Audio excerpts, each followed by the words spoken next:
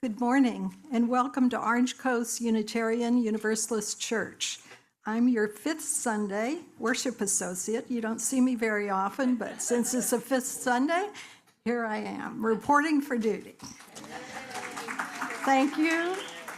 I am joined by Reverend Sian Wiltshire, our pastor, or minister, as we call it here in UU land, Jacob Swetlin, our Director of Music Ministries, and Daniel Lewis, our Director of Religious Education for Children and Youth.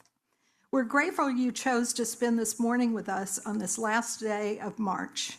And whether you've been here 30 years or 3 years, 10 months or 10 minutes, and whether you rolled, strolled, Zoom, ran, or danced in, we're glad that you've joined us. We all want to extend a special welcome to visitors. If you're seeking a spiritual home, we hope that you'll find it here. We are a community of many, many different beliefs. We're bound together not by dogmas or creeds, but rather a covenant to create a welcoming and loving community. We need not think alike to love alike. In the spirit of building this community, we recognize the many volunteers who have helped us put this service together today. Thank you. And here they are listed on the slide. Roomers, we invite you to silence your cell phone. And Zoomers, we ask you to say hello in the chat if you would like to do so. As we worship today, let us acknowledge that our church property rests on the sacred ancestral homelands of the Hachiman and Tongva peoples who seek justice and responsible stewardship. So, lighting our chalice this morning, we begin our service with Bella Strong, who is a new member, and she happens to be someone I met on Zoom starting about 2 weeks ago when Wendy, our intern minister, began the Building Your Theology class. So we met online, which is what you do sometimes in small groups, which we highly recommend. Marilyn is another member of our group, and these guys down the row from her. Great way to meet new people. Bella has been a caregiver for 10 years. She lives in Mission Viejo, and we ready to go? Yes. All right. As Bella lights our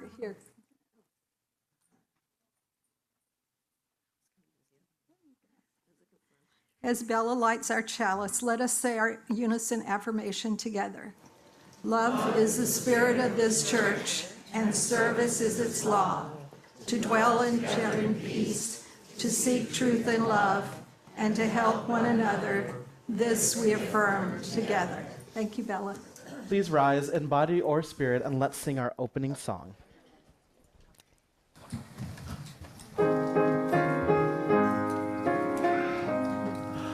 Guide my feet while I run this race. Guide my feet while I run this race. Guide my feet while I run this race. For I don't want to run this race in vain. Hold my hand while I run this race. Hold my hand while I run this race. Hold my hand while I run this race. For I don't want to run this race in vain. Stand by me while I run this race. Stand by me while I run this race. Stand by me while I run this race. For I don't want to run this race in vain. Search my heart while I run this race. Search my heart while I run this race. Search my heart while I run this race. For I don't want to run this race in vain.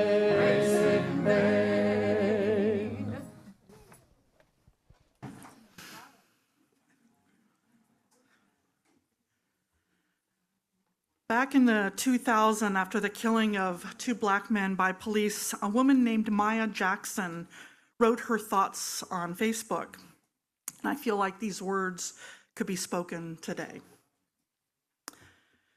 She wrote, "What would we do if we didn't have the privilege of being distracted? I know we must honor our personal lives. I know we must not live in darkness. I know we must celebrate the grace in our humanity. To keep our lungs from collapsing, we must breathe in hope. And so have I, taken in joy and beauty and selfishness and frivolity and laughter. We are wonderful humans. We find the light. But I fear the moment passing. Already distracted from the fire, though the smoke is still filling our lungs. This is going to sound wrong, but I hope this pain lasts. I hope that it holds. I don't want to heal just yet. We have become experts at recovery.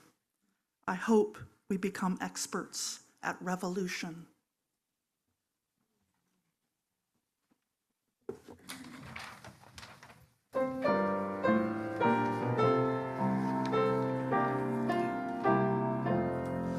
We walk in love, united in purpose. We join our hands and lift up one voice.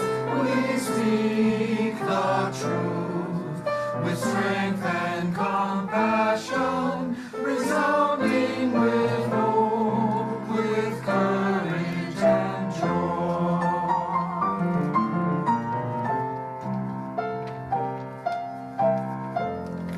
We cry for peace and rights for all people. We welcome friends from far and near. We fight for those whose voices are silenced, resisting in faith until all are free.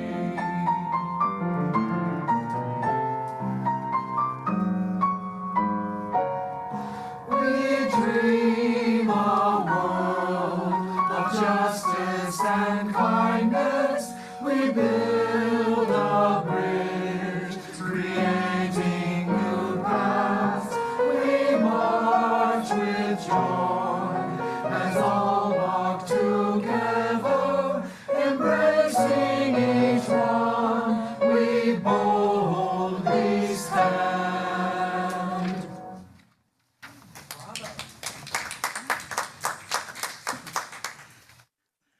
So if you didn't know this, earlier this week on the 25th, it was a big day for our Christian siblings out there. It was a celebration of something that is known as the Annunciation. How many people here know what the Annunciation is? Okay, not everybody, but a lot of people. Okay, hold on, you'll figure it out. The Annunciation is a story about a young woman named Mary who has to make a very big choice. Now, nobody knows if it really happened, but like stories that are handed down throughout the ages, there's truth in the story. So, our story takes place about 2,000 years ago when Mary, she was just a girl, an ordinary girl, young and quiet. She lived in a little town called Nazareth. It was a dusty little village in the land of Israel. But Israel wasn't free. You see, the Roman Empire ruled over Mary's people with cruelty and force. The Roman soldiers marched through the streets collecting heavy taxes, which they mostly kept for themselves, so that the rich became richer and the poor, people like Mary's family, became poorer. If anyone spoke out against the empire, they were punished, often quite severely. Mary's people, the Jewish people, longed for freedom. They told stories in the old days when prophets spoke of a Messiah, a leader who would bring justice and tear down the mighty and lift up the lowly. Many hoped it would be a warrior king who would overthrow the Romans and bring peace. Others feared to hope at all. One quiet afternoon, in the middle of all this turmoil, something extraordinary happened. A strange light appeared to Mary, and it spoke to her. Mary, you are chosen for something amazing. What do you think Mary's reaction was? Who are you? What are you? I am Gabriel, a messenger of God, said the strange light. I bring you this message. You can bring something into the world, something that will change everything. A child is what you can bring. A child who will teach people about love and justice. He will start a revolution, not a battle with swords and armies, but a revolution of hearts and minds. Oh, you can imagine her heart was pounding. Me? But I'm just an ordinary girl. I'm not rich or powerful. Why would the world change because of me? Well, said Gabriel, the biggest changes don't always start with kings or warriors. Sometimes they start with someone brave enough to say yes. Mary was quiet for a long time. If she said yes, her life would never be the same, because after all, she was unmarried. If she bore a child, some people might, whisper, what is she doing with that child? Some might not even believe her that this angel came to her. The world wasn't always kind to people who tried to change it. But then she thought, well, what if this was her chance to help make the world better? What if she could be part of something bigger than herself? So she took a deep breath. She said, yes, I will do it. And with that one yes, a revolution of kindness, justice, and love began. After the angel left, Mary traveled to see her cousin Elizabeth, and she felt this deep joy rising in her with that big yes that she had given. She was part of something bold and new, and she sang a song. We don't know what the music was, but it basically said this: my soul sings with joy. God has done something great for me. He's brought down the powerful from their thrones, lifted up the lowly. He has filled the hungry with good things and sent the rich away empty. The world is turning and justice is coming. It was a song of revolution. A revolution not of violence, but a revolution of the heart. A new way of understanding the world. And Mary didn't know what the future would bring, but she knew that change was coming. And she had said yes to being part of it. And so with her heart full of that trust in the future and her voice full of hope, she stepped forward into the great unknown. And that is our story for today. I'd like to invite Danielle Lewis. She is our Director of Religious Education up here, and she's going to light the children's chalice, and we will then sing them out to our religious education classes.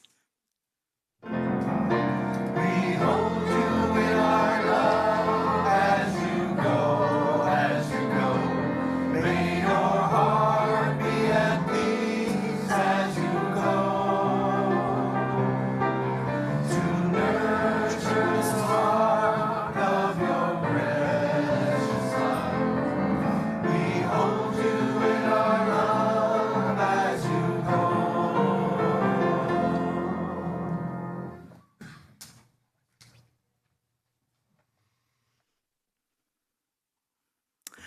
So our reading today comes from the Reverend James Ford. Now, who here knows Reverend James Ford?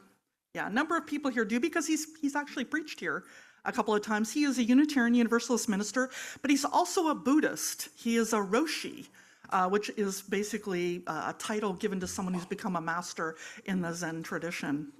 He's an absolutely wonderful guy, and if you're lucky enough to meet him, which you will later this summer, you will find he has just got the most gentlest, kindest heart you can imagine. Yeah, isn't he a sweetie? Yeah. So, this is an article that he wrote in the magazine Pathos. He said, in some corners of the Christian church, March 24th is marked as a feast in the celebration of the life of Oscar Arnulfo Romero y Galdames. He is simply more known as Oscar Romero. He was the Archbishop of the Roman Catholic Church in El Salvador back in the 1980s. And he outraged many for speaking out on behalf of the poor against poverty created by greed, as well as torture and assassination as a political tool. And on that day in 1980, the 24th of March, he was celebrating Mass. At the traditional pause for a sermon, he stopped and delivered a meditation on basic human rights. The Archbishop then turned to the altar, and while saying the words of institution, as he held up the chalice, the Archbishop was shot and killed. He fell, and the communion wine and his own blood mixed on the ground. 45 years ago, almost to the day. James continues, not a bad moment for a little introspection. I think the real question for us all is, how do we live in this world of suffering? And I believe the answer is simple enough, though rather hard to do. It has 2 steps. First, he says, we need to look into our own hearts. And this is no easy enterprise. Those who think otherwise have never actually tried it. We need to witness ourselves, watch the currents of our minds and our hearts with as much honesty and courage as we are able to muster.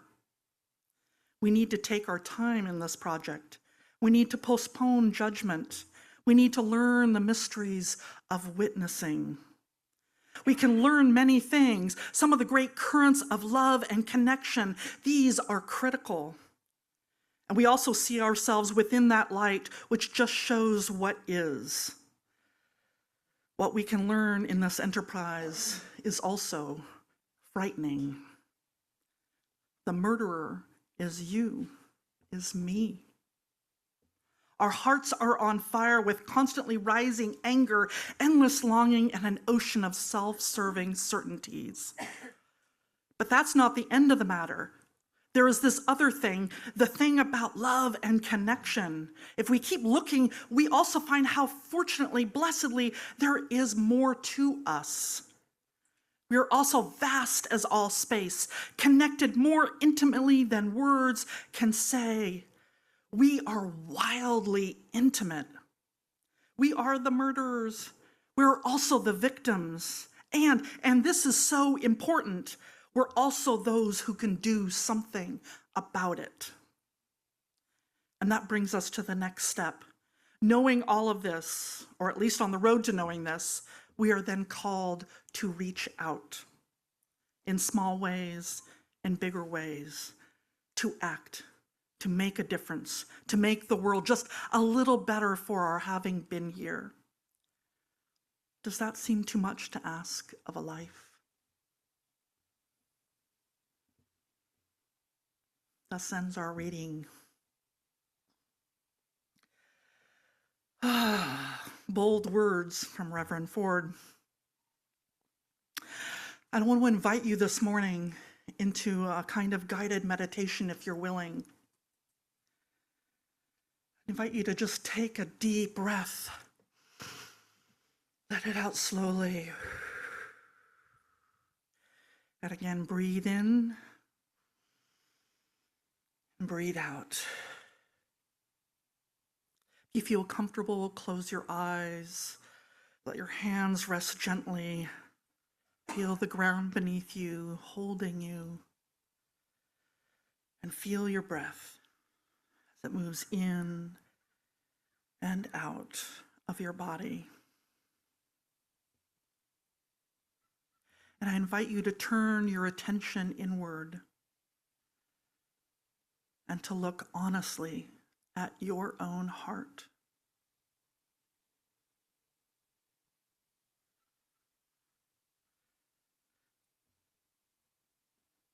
And first, we acknowledge the shadow within. Bear with me. Bring to mind that which makes you so angry that you hate. Maybe it's something in the news, or something in your family or work. Take it in and just feel it. Don't judge it, just feel it. Remember to keep breathing. Where do you feel this anger, this hate in your body? Is it tightening in your chest? Is it a knot in your stomach? Clench of your jaw? Just sit with that feeling for a moment and breathe into it. You don't need to push it away or judge it, just notice it. I invite you to go even deeper, that beneath that anger and that hate, there's usually something else. Fear, pain, helplessness.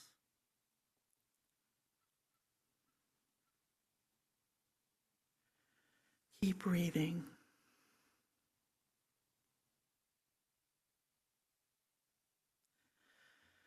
As you breathe through this in your body, acknowledge this truth that you're not alone in this. Every person around you, every person in this world has felt anger born of hate, has felt hatred rise like a fire longing to consume. Even those we admire, the saints and prophets, Oscar Romero knew anger. Martin Luther King did, and even Mary surely knew what it was to feel rage at oppression. These feelings are part of being human, but as Ford tells us, they're not all we are. So take another deep breath. Shift your attention. Let go of the anger and hatred. Bring to mind that which you love, that which you hope to bring to the world: peace, love, connection. If that's hard to do, think of a time when you felt a sense of deep love for someone. Maybe when someone truly saw you, truly saw you. Maybe it was when you gave from the heart. Breathe that love in too. Let it fill your body. That sense of love and connection and hope. Where do you feel this in your body? Is it the warmth in your chest? Lightness in your breath? Relaxing of your shoulders? Love, too, is part of being human, and it is vast. If anger is fire, love is water. It moves, it flows, it nourishes. It does not mean we forget injustice. It does not mean we become passive. It means we choose again and again not to let the fire consume us. The anger and the love, we are all of it. The pain and the healing, the wound and the salve.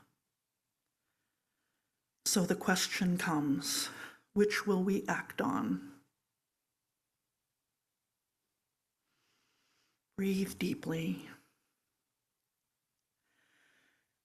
And with your next breath, make a choice. Breathe in love. Breathe out hate. Breathe in courage. Let go of fear. Breathe in hope. Let go of despair. Love is not passive. Love is not weak. Love is a choice. Love is a revolution.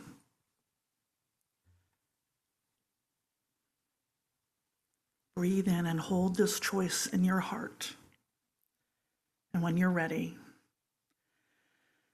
open your eyes and return to the world and join the choir in singing.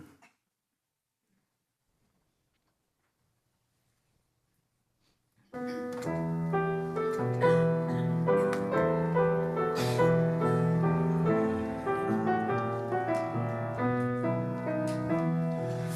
each child that's born, a morning star rises and sings to the universe who we are. For each child that's born, a morning star rises and sings to the universe who we are. We are our grandmother's prayers, and we are our grandfather's dreamings. We are the breath of our ancestors. We are the Spirit of God. We are mothers of courage and fathers of time. We are daughters of dust and the sons of great visions. We're sisters of mercy and brothers of love.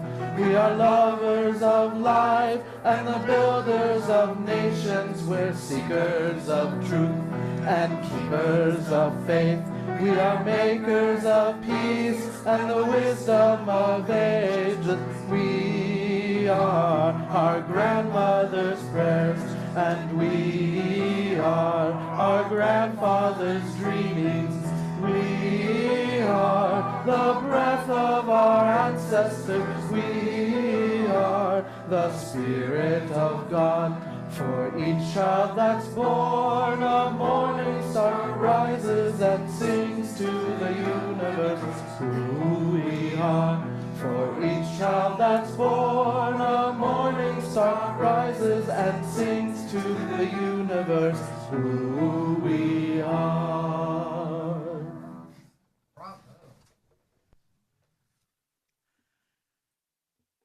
It's a curious thing about this time of year, how history seems to converge in a way that calls us to reflection and action. As I mentioned just a few days ago, on March 24th, we marked the anniversary of the assassination of Oscar Romero, the Archbishop of San Salvador, and he gave his life for justice. On March 25th, the Christian world celebrated the Annunciation, the moment when that young woman named Mary said yes to a divine calling. And on that same date, in 1965, after weeks of struggle, the Reverend Dr. Martin Luther King Jr. finally led over 25,000 in the march from Selma to Montgomery, demanding voting rights and justice. 3 moments in time, seemingly unconnected, but deeply intertwined. Each of these events represents the continuation of a revolution, not one of violence, but of love. A revolution that sought to transform hearts, societies, and the course of history itself.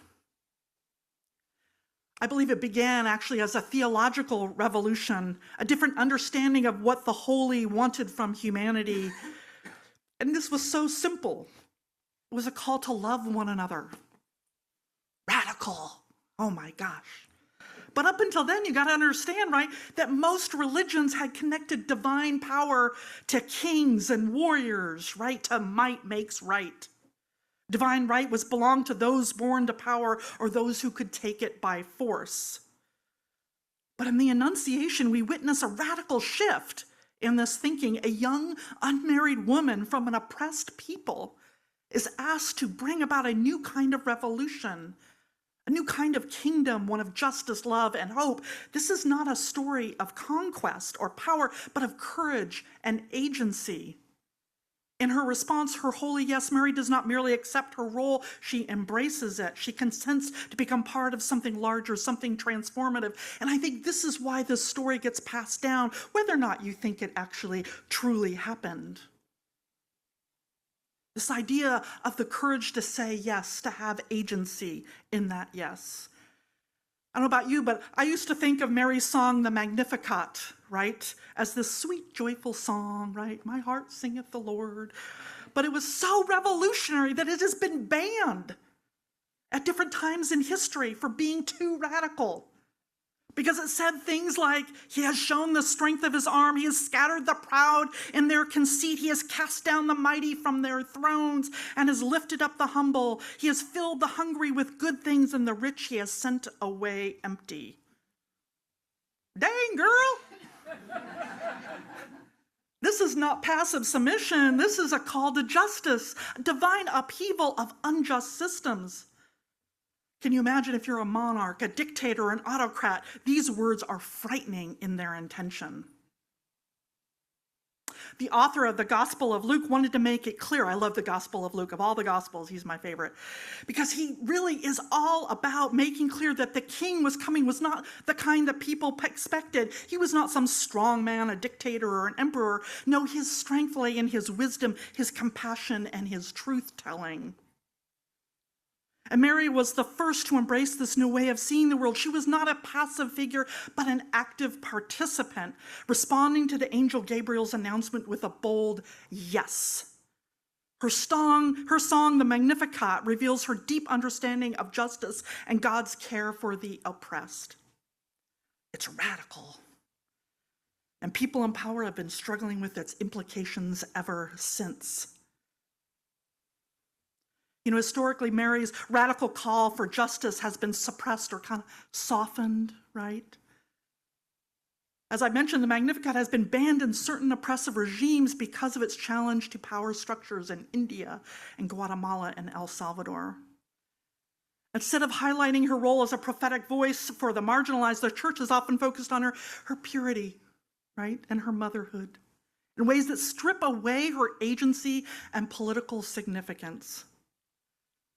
But you can't really suppress a great idea once it's out there in the world.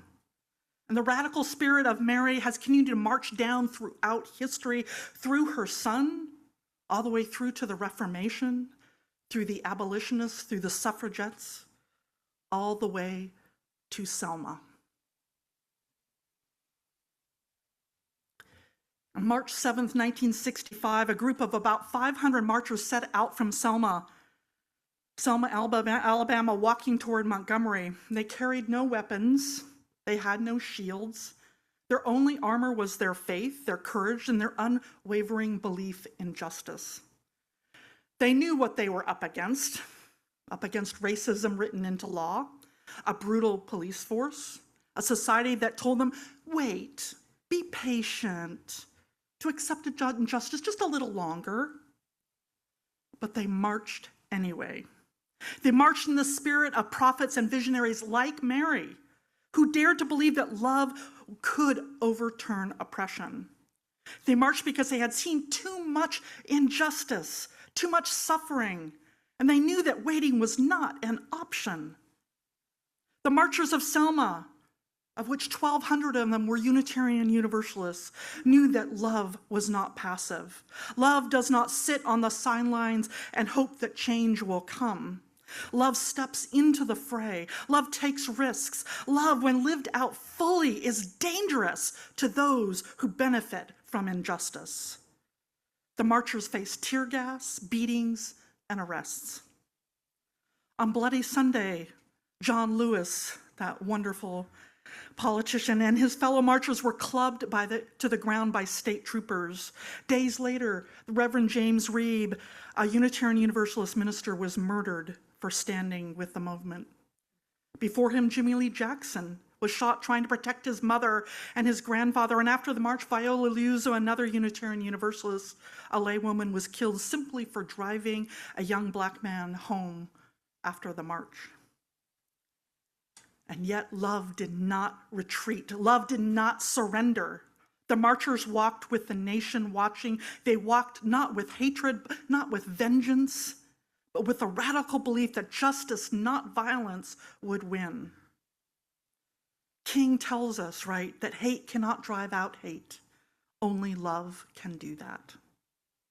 And they did win with the passage of the Voting Rights Act, the Civil Rights Act, later that year.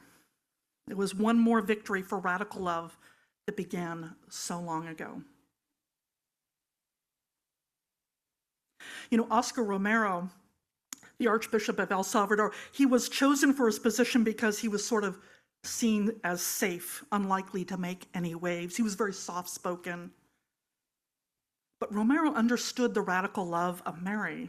He saw the oppression of the poor. He read the Magnificat, even though it was banned in El Salvador. He understood when he said, a church that does not provoke any crisis, a gospel that does not unsettle, a word of God that does not touch the real sin of the society in which it is being proclaimed. What kind of gospel is that? He called on the police and the military to stop repressing their own people, and he called out the government's assassinations of those who dared to dissent. The day before he was assassinated, Romero gave a speech and he made this final plea. He said, I beg you, I implore you, I order you, in the name of God, please stop the repression. And then as he stood on that altar on March 24th, 1980, he was shot in the middle of leading communion. Communion for Christians is a moment when Jesus' love and sacrifice is made imminent. Romero once said, let us not tire of preaching love. It is the force that will overcome the world.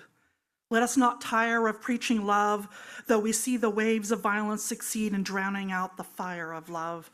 Love must win out. It is the only thing which can.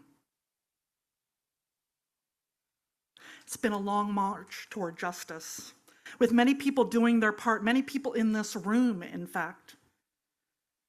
As Martin Luther King said at the end of the march at Selma, he said, the arc of the moral universe is long, but it bends towards justice. It has been a long arc, a long road, a long march toward love and revolution with pitfalls all along the way, and we're still marching. Mary said yes to a calling that would change the world. The marchers of Selma said yes to justice in the face of brutality. Romero, he said yes to speaking truth, even at the cost of his own life. What will our yes be? Here's something for you. Next Saturday, there's a hands-off protest. It's been taking place all around the country, and we'll have an opportunity to carry forward the revolution of love. We'll have a chance to say yes, as Mary did, as Selma did, as Romero did. I've got a sign-up sheet if you need a ride. We will not be silent. We will not be passive. We will not turn away from injustice. This is our moment, and I hope that you will stand with me. May we find the courage to march forward, to speak truth in love, and to continue the revolution of justice that began long before us and must continue long after. And this, my friends, this is how we become experts in revolution. Let us sing. Please rise in body or spirit, and let's sing our closing song.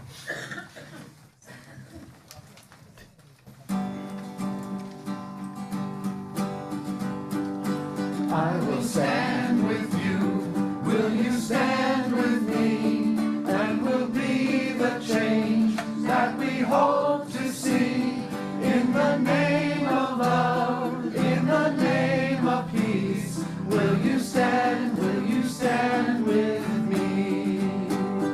When injustice rises up its fist and tries to stop us in our tracks, we will rise, and as one resist, no fear or sorrow can turn us back. I will stand with you, will you stand with me, and we'll be the change that we hope to see, in the name of love, in the name of peace. Will you stand with me? When pain and hatred stir the angry noise and fight to drown out our freedom song, we will rise in one joyful voice, loud and clear and ever strong. I will stand with you, will you stand with me, and we'll be the change that we hope to see, in the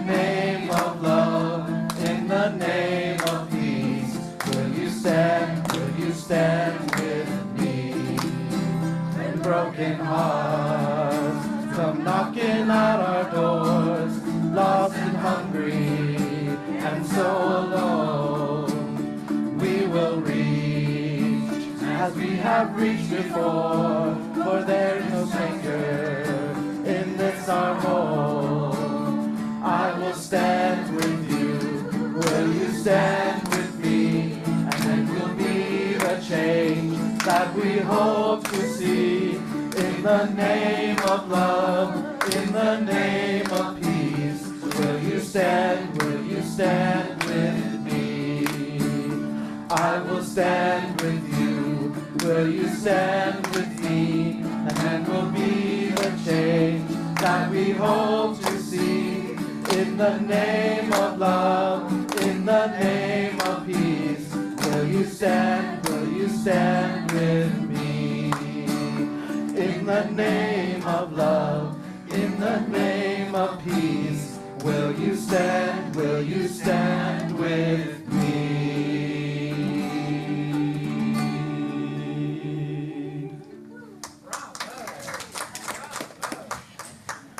That's such a great song and a great sermon, too. Unitarian Universalist congregations are fully self-supporting, meaning that members and friends raise all funds for the operating budget, ministries, and programs of the church. We are ever grateful for your gifts of time, treasure, and talent. OCUUC amplifies that spirit of generosity by sharing half of the offering plate we receive with an organization that shares our values.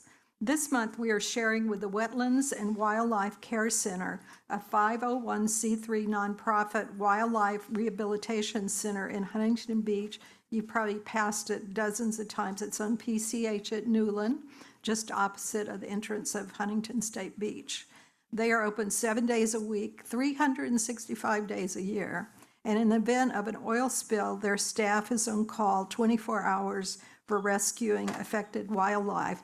And you may have heard in the news there's a toxic algae in the ocean that is bringing wounded animals, sea animals, to the shore. In fact, Craig and I saw one this morning. There was a team in Long Beach that was rescuing. So there's definitely a need for their services. There are multiple ways in which you can support the church in this organization. You can mail a check, you can go through our website, or use an app called Vanco Mobile. If you're a roomer, you can also simply use a basket as it is passed. The choice is yours. All the information is on our website should you need it. And as always, thank you for your generosity.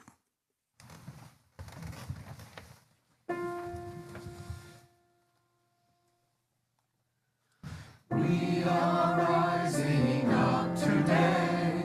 We are rising up today. We are rising up today. Rising for our lives. Justice in the world today. Justice in the world today. Justice in the world today. Justice for our lives. We are marching on today. We are marching on today. We are marching on today. Marching for our lives. We'll fight for our rights today. We'll fight for our rights today. We'll fight for our rights today. Fighting for our lives.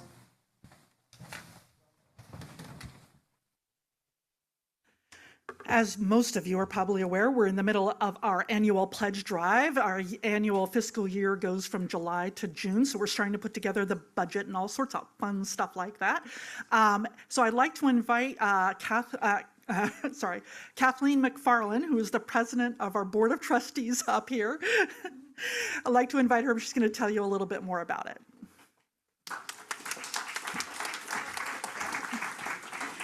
Greetings. Even though I stepped into this position in July of past July. This is really the first time I've been in front of you in this capacity to talk as the president of the Board of Trustees. I really don't choose to be in the spotlight. I really believe that the role of leadership is to help facilitate and coordinate the work of all the others and make sure that we're together and, moving forward. Fortunately, I think it's a good sign I haven't been asked to be up here because there's been no crises, no emergencies, no need for town hall meetings to vote up, down specific motions. Everything is running smoothly. We see our sanctuary becoming a reality. We have great staff that do exciting and provocative programs, and wonderful, generous committee chairs that run small programs and groups that allow each of us to connect in individual ways. So all of that is happening. But I'm here to talk about something much less exciting, which is, in fact, that our church has to run as a business. It has this, kind of less exciting side of it. We have to operate like any other nonprofit agency or business. We pay our staff and have to pay attention to state labor regulations. Perhaps you may not realize that 2/3 of our operating budget goes towards the salary of our paid staff, so that's really critical. And we have insurance and property taxes to pay. And guess what? They're going to get more expensive because now we have a new sanctuary. And of course, we have maintenance costs, so utilities, and all of these things that are, not too exciting to talk about, but really necessary as our infrastructure. And only when we know that we have that covered are we then able to talk about what else can we pay for? What programs can we support? How do we know what we can afford? We can't go week by week and see what shows up in the basket. That's not the way anyone can run a business. So no, we turn to our annual budget that is put together by our VP of Finance, our very competent Nancy Lockery, and the Finance Council pull that together. And they look at the income we know that's coming in. We are very fortunate, and then we have the rentals from our partner churches across the courtyard. We have money from our fundraising activities, such as the auctions. But most importantly, we count on the income from the pledges, and that makes up nearly half of our operating budget. And that's how we can decide what we have to spend in the coming fiscal year. And again, Reverend Sean mentioned that's July 1st coming up through June 30th of 2026. For those of you who might be newer to this concept or a congregation that asked for pledges, I was asked to specify, what does it mean? How do I pay it? And we are happy for you to pay it in whatever fashion you would like. You can write a check, and pay it in a lump sum. You can do it monthly, quarterly, and you've seen up here every single Sunday, there's 3 opportunities to do that. You can write a check and mail it. You can do it through Vanco. You can put it in the basket as long as your name is associated with it. And if you like the idea of coming each Sunday and putting cash into the basket, put it in an envelope with your name on it. And then our trustworthy bursar, Tom Lockery, will make sure that whatever money shows up is put towards your pledge. And you get a statement 2 or 3 times a year that tells you, we've received X amount of money from you, and this is the balance remaining on your pledge. So in that way, it is accounted to you. Do keep in mind, it needs to be separate. The sanctuary fund is a completely different account, and the money that you pay towards your auction items is also separate. But the money that comes in from Sunday to Sunday, or that you use and identify as your pledge, goes towards that. One last detail I thought I should mention is to explain that this is absolutely confidential. There are very few people in the congregation who knows what anyone pledges. I, as president, only know what I pledge.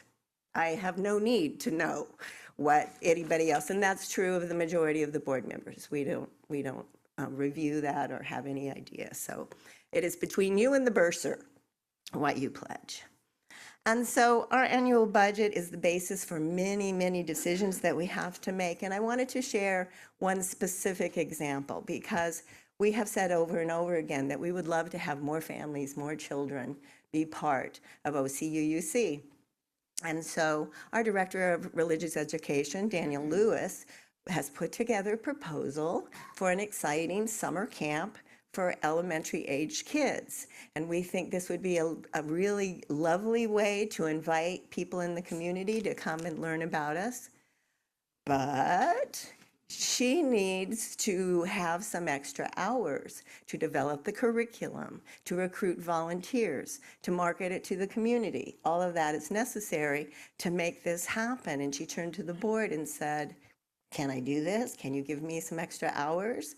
And we have to stop and say, can we afford this? Is it in the budget? We want to invest in this, and we know that as a congregation it's important, but we have to turn to the budget and say, is it there?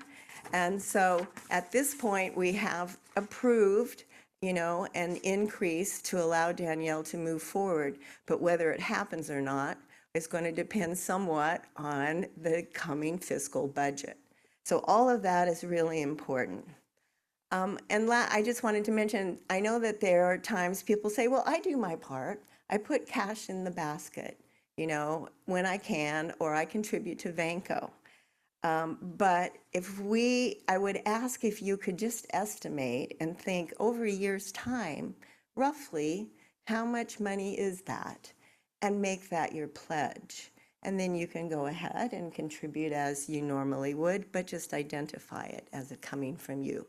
That helps us on the business side of our church know what we have and what we can make happen. So all of this is to say that pledges are really crucial for the financial health of our church community. Every pledge, no matter how large or small, is really important and makes a difference.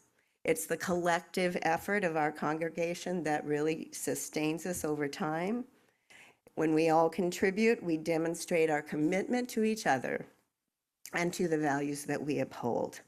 So I encourage that you think about this, reflect on what you can do and to give as we move forward for your pledge in the coming year. Thank you for your commitment.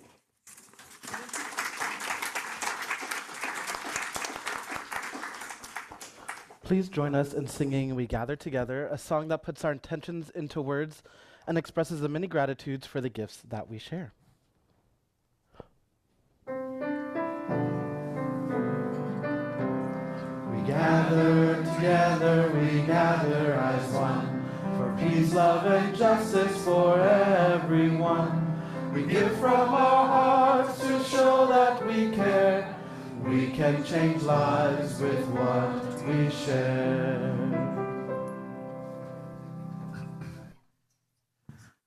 I love that y'all know the song so well that when it wasn't up there, most of you could still sing it. That's awesome. Okay, now is that time in our service when we honor the important events and people in our lives. You invited one and all, whether you're a member, a friend, visitor, to participate in this weekly ritual that's called Joys and Sorrows. And the idea is if you've held something deep in your heart, something that struck you at your core, you are invited to honor that by coming forward and lighting a candle. And I'd like to invite Lori Kluge. She's one of our pastoral care associates, and she's going to help you light the candles. And the idea is also if you would like to share your joy or sorrow with the congregation, you can write it out on a slip of paper that the ushers have. If you didn't get one when you first came in, it looks like this.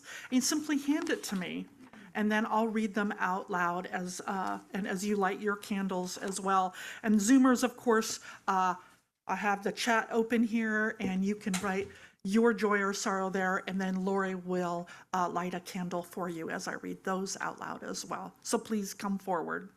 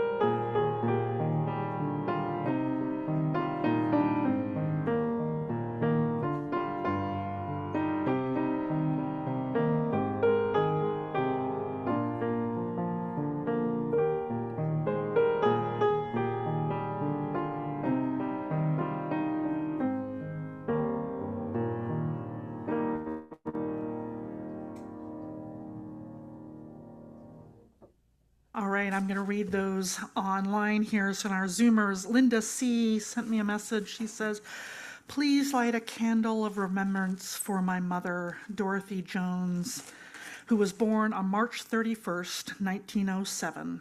She is very much in my heart. And Amy T. Would like a candle lit in thanks for everyone for your help and support while she's been recovering. She says, I look forward to seeing you all in person next week. Wow. Excellent, Amy. That's wonderful. And Laura G., she said, please light a candle of comfort for my father, Paul, whose oldest sister, Mary, died this week at age 95.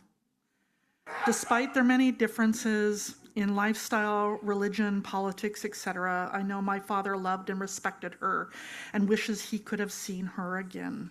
Rest in peace, Aunt Mary. And Valerie A., she says, please light a candle of joy. She says, I'm starting classes tomorrow. New life, here I come. Excellent. All right, so here in the room, you know, isn't it interesting, the end of March, all of these historical things happening, and a lot of birthdays too. So Audrey lit a candle of joy for her wife, Deborah. It's her birthday. Tomorrow, yes, tomorrow is your birthday.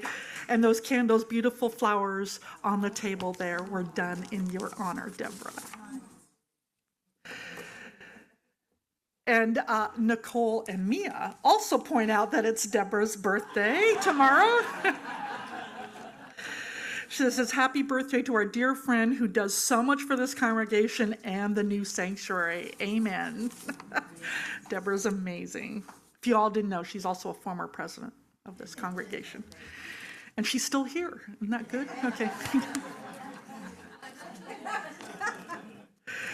And Lori K. and Paula P., they say happy birthday to Anna R., our dear friend.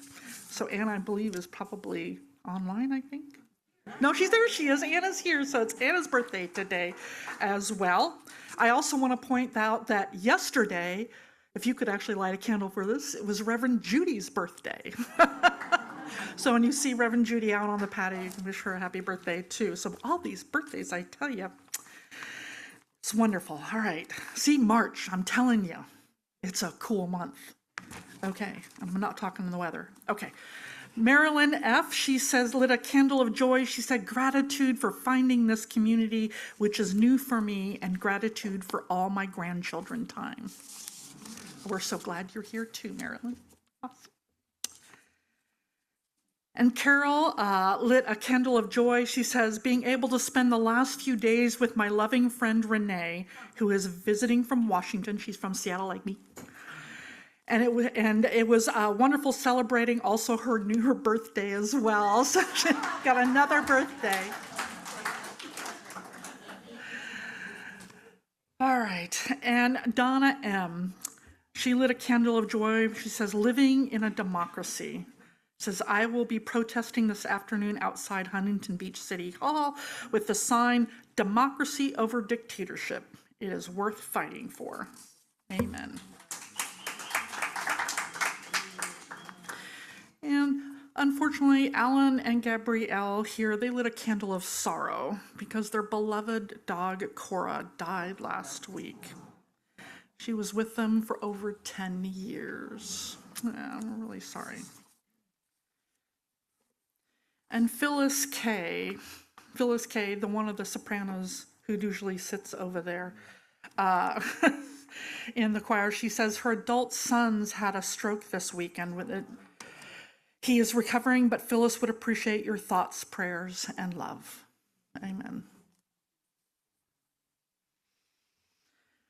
Oh, I forgot also that Ralph Haller, in his ongoing spiritual practice of expressing gratitude for so many people, he's amazing.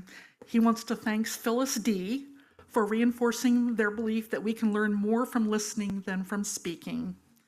And Ralph also appreciates Phyllis's leadership in facilitating the Anti-Racism Club and the post-sermon discussion groups. Thank you. Living a life of gratitude is a beautiful spiritual practice. But let us hold in love all the joys and celebrations, all the hurts and sadness, both spoken and silent. Let our joys remind us to be thankful, our concerns remind us to hope, and our sorrows remind us to connect. Let all these moments remind us that we are not alone. Please join Lori in a spirit of prayer.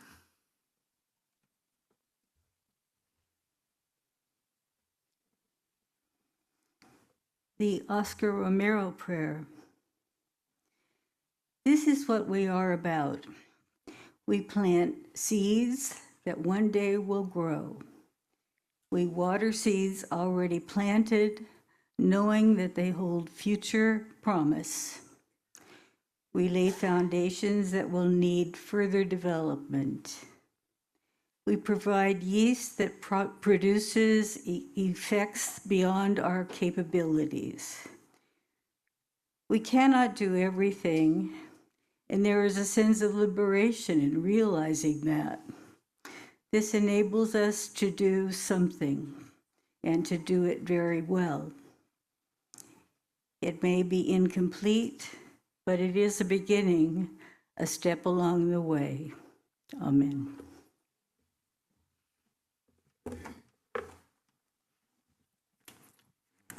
All right, this is the last call for birthdays. Anybody else? All right.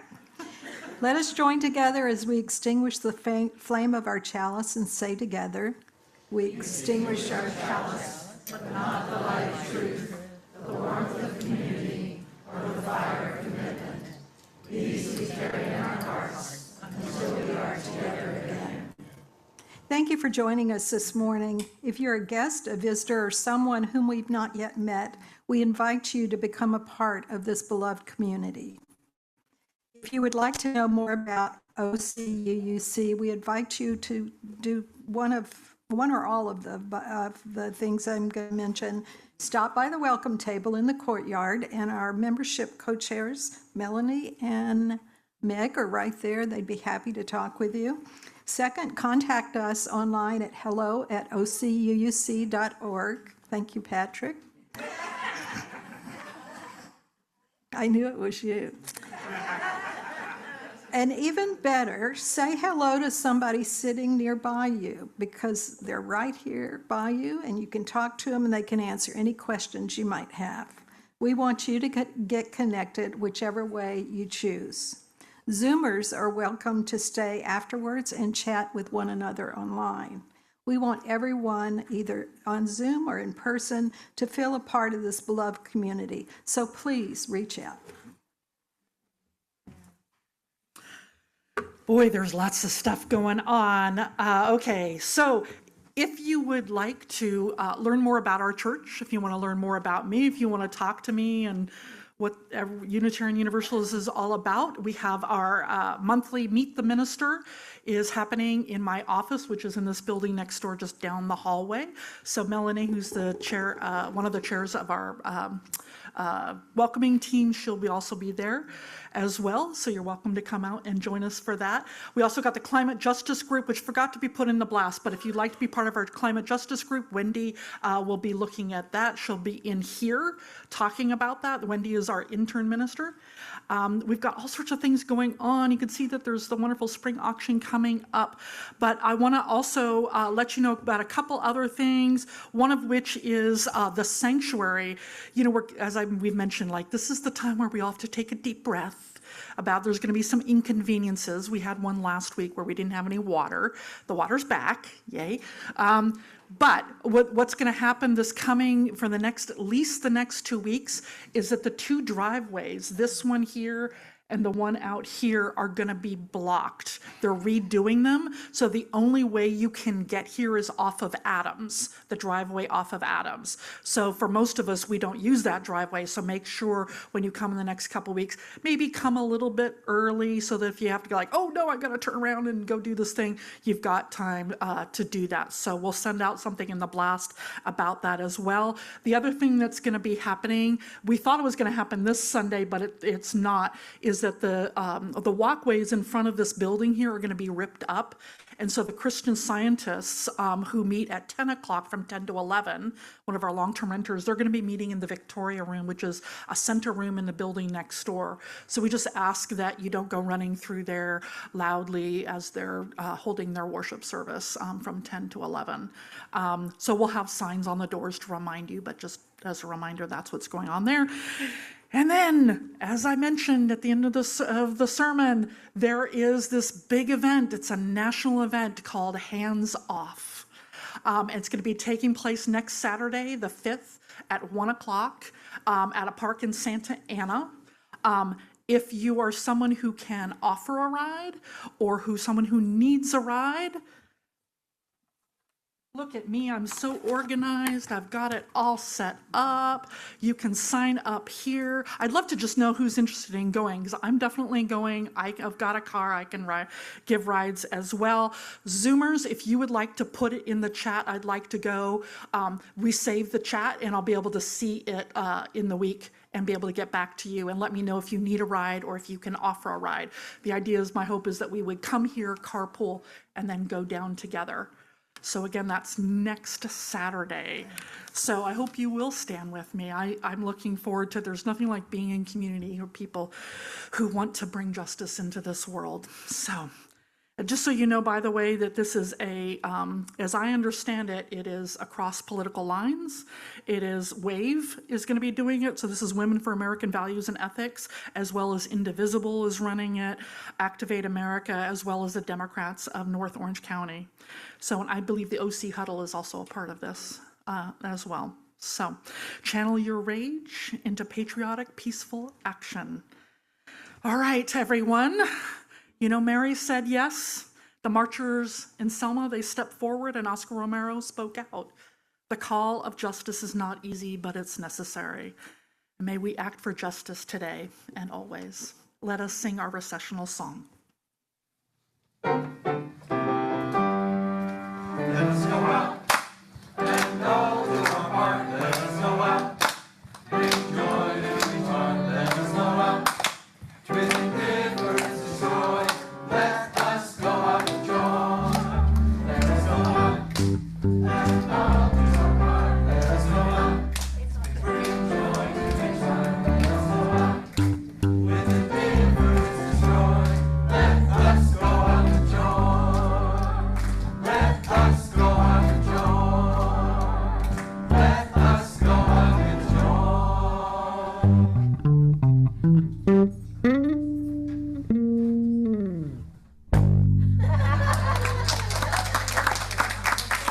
This service is over. Let our marching continue.